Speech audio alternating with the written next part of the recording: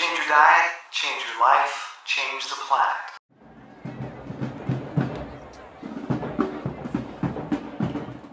How are you finding your expansion as far as engaging your audience? A lot of my original followers wanted me to talk about raw food and nothing else. So when I started talking about other things, they became dissatisfied, and I lost a lot of them.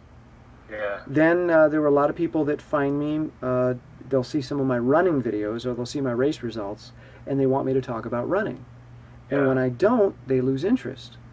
Yeah. And then you have the people that want to listen to me talk about psychology and motivation and how to get started and deal with things. And when I talk about raw food or physiology or biochemistry, they tune out. So you're not going to make everybody happy. You just have to realize that from the start. There are going to be people that dislike your video. There are going to be people that make negative comments on your stuff. There are going to be people that say, why don't you talk more about this? There are going to be people that will attack you and say that you don't know what you're talking about. You're going to get all kinds of stuff. You probably already have. Basically, you create your brand. See, I'm really, really intentional with my brand.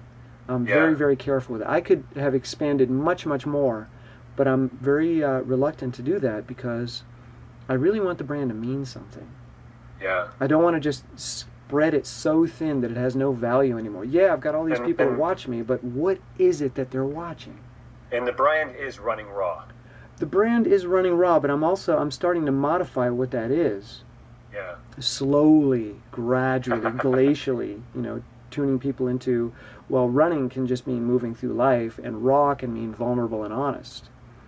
It doesn't have to mean I run and eat raw food. You know, because it's such labels. As soon as you hear certain things, the labels are set, and it's like, okay, well, that's not my message, or maybe it was your message at first, and now it's not your message. And you know, how do you shift the brand once you've solidified it or grown an audience around it?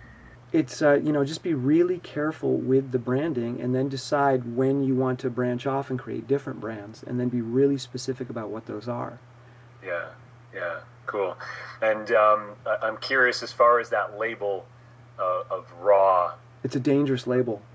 I mean, in every work I do, in all the books I've written, all the material, it's all, you know, I label myself as a living food champion, and you know, it's not raw food, it's not LFC.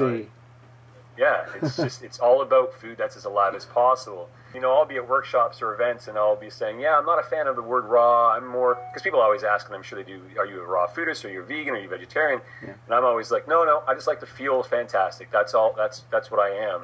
And I guess that's a little bit similar to your idea of shifting what your definition of raw is, or why it's part of the brand. Well, again, as I said earlier, you get some really vulnerable, impressionable people that come into the movement, and that's the strange thing about it. It's a movement.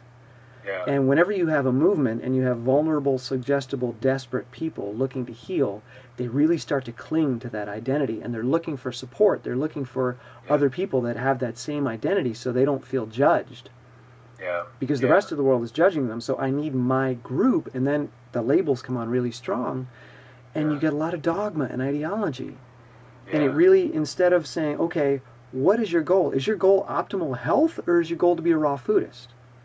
My goal is optimal health. But there are a lot of people whose goals are to be a raw foodist. And I think that's really limiting. And it's also dangerous because it's dogmatic.